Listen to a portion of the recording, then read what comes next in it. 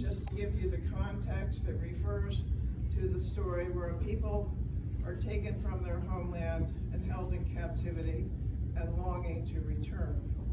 The poem, however, speaks from the point of view of someone who is left behind at home and waiting for them to come back. Memory. By the rivers of Babylon, there we sat down, and we wept when we remembered. Psalm 137:1. When did the summer birds leave this year? And where have they gone? I remember now. It was in November. Early. Too early. Then I was alone without them. They left me to the cold and icy hands of winter, who cannot sing but howls all night in his fury and his anger. If only I could hear their songs once more, the birds' songs, in some unexpected place and at some unknown time. I know that if I could wait then, if I could hear their songs patiently, quietly, until they return in the spring.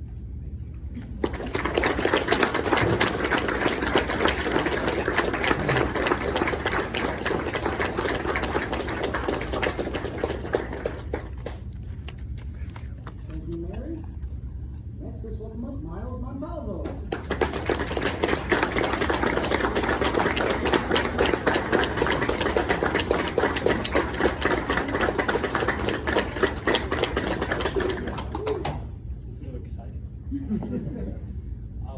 Thank you for my parents, my mom, my sister, my dad, and my girlfriend Emma. Thank you guys. I'm gonna read my poem. Oxytocin. I went to meeting after meeting, chased an identity to a barber shop, a supermarket, and a class called Why Black Lives Matter. I learned culture from the source, from Black women who told me a white woman can never raise my child. Love is just a chemical reaction that reduces stress, increases trust, and facilitates childbirth. I learned love from my grandmother, who married a white man in 1968. Her father, on her wedding day, told her that that man would wait till her deathbed to call her that word. He never did. He stood by her to the end, and when she passed, he held her hand. Thank you.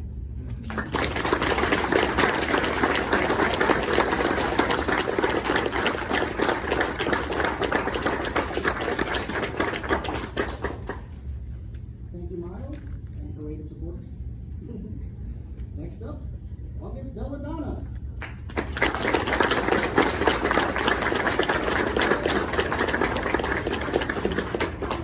Hi, sorry I didn't have much of a walk here.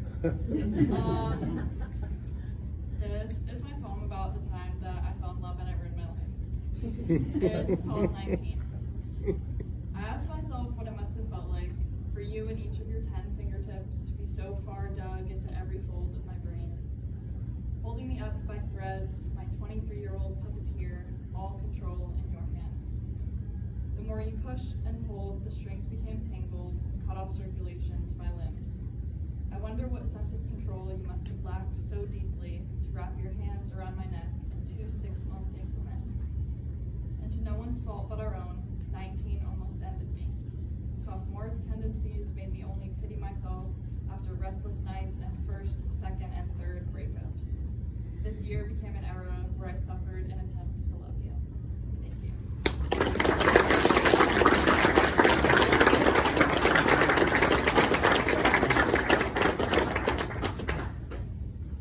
Thank you, August. We forgive you for not having a long walk. Our hands, thank you. Now, if your hands don't hurt by the end of the poetry event, it wasn't a good one, right? Next, let's give a hand for Will Fleeter.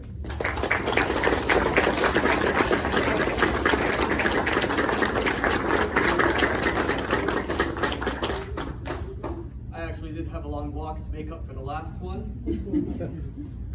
This poem's called 06825. It's the zip code of Fairfield, Connecticut, and this one's for my parents and anyone who gave me advice when I was in high school.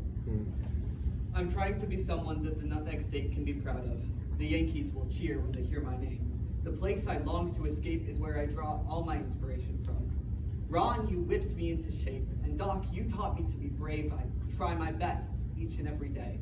Methuselah, courage remains. I'm trying to make this place worthy of my dreams.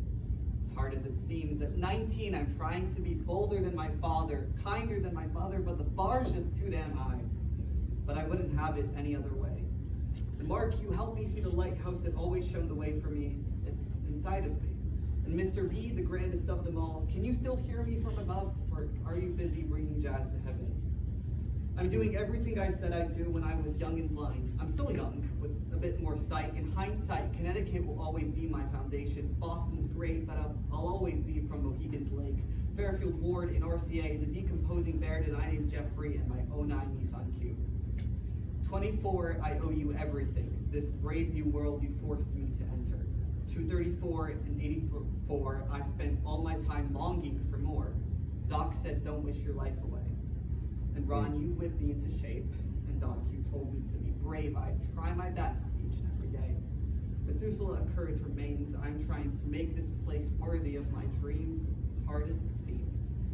At 19, I'm trying to be stronger than my father, braver than my mother, but the bar is pretty damn high. But I wouldn't have it any other way. I'm doing everything I said I'd do, plus things I'd never pictured in my mind. But 06825, I can't believe I'll barely be able to look you in the eyes. Thank you.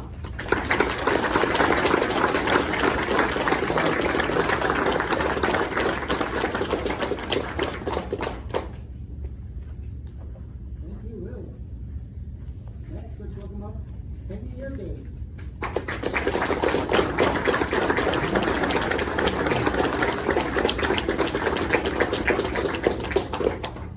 Good evening. 1962 to 1966, I attended Framingham State in Massachusetts. And so much for the outfit, because it was very similar, just a smaller size. And the title of my poem is An Evening in the Smoker. In the smoker, we played bridge in a room without a fridge. We were cool and so grown up, drinking coffee from a cup. We laughed and talked about our dates and the boys that had to wait. Down the hill to the Happy Swallow, not a path we ought to follow. We spoke of girls who dropped out. We knew the risk, there was no doubt. The weekend skiing at Wildcat, and that guy, he was a brat. We thought we were so cool. Ted Kennedy came and spoke at our school. He talked about the Civil Rights Act, just like his brother Jack. President John Kennedy was shot in 1963. He wanted all to be free. The country, and especially our state,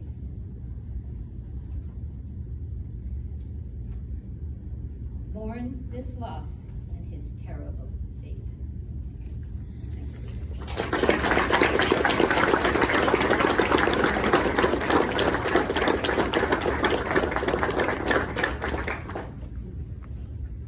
Thank you, Peggy. Next up, Steph Watson.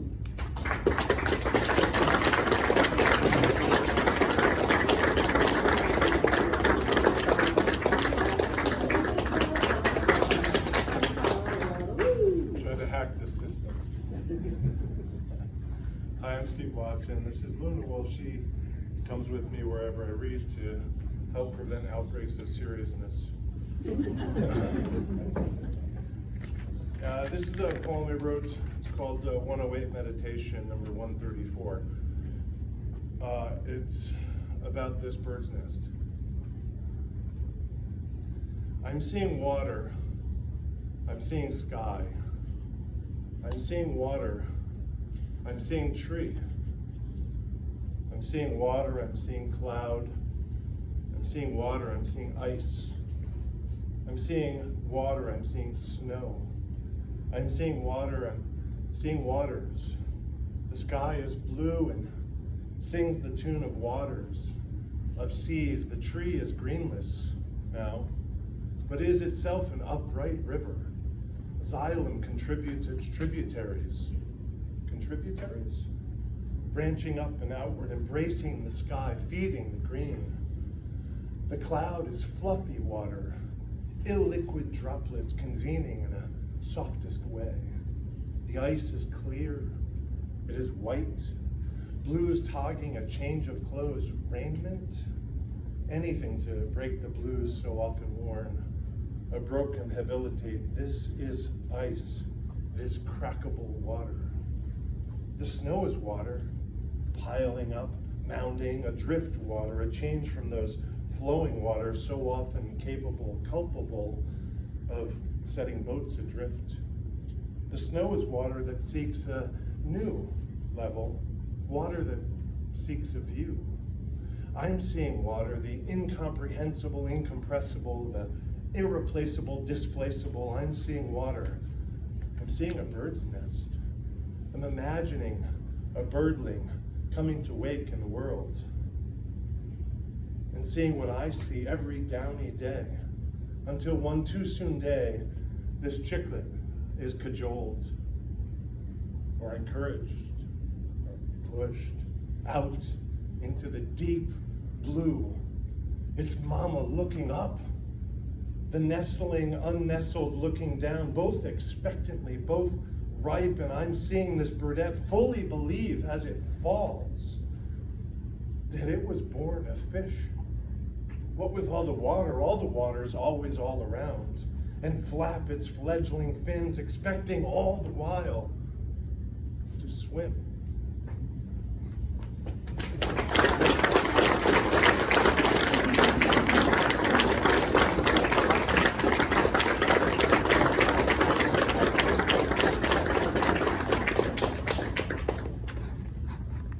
Thank you. I also like to avoid outbreaks of seriousness, so appreciate you doing that. Next, let's welcome Deborah Ott.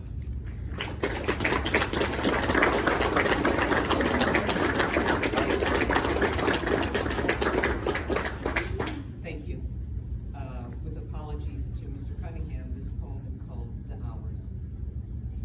The day is anxious, taking aim at the young couple who just moved in. I've heard them upstairs, the laughter, some lovemaking, and then quiet. Now she ignites the new day, her red-orange locks tangled in scarf and wind, a target in the parking lot. I watch her, done up in boots and flannel, her partner following, unsure, hair tousled. The car turns, grinds, it is cold, and he cannot start it, and then he can. From my window, I quietly wonder how we yield again and again to that mystery which our eyes open to each morning, and how these youth live in that eternal question, why are we here? Of an aging Ulysses, Tennyson once wrote that much is taken, though much abides. These two pilgrims embark on a long journey, and I wish them well, even as they turn into the rush of traffic, even as the hours take them in. Thank you.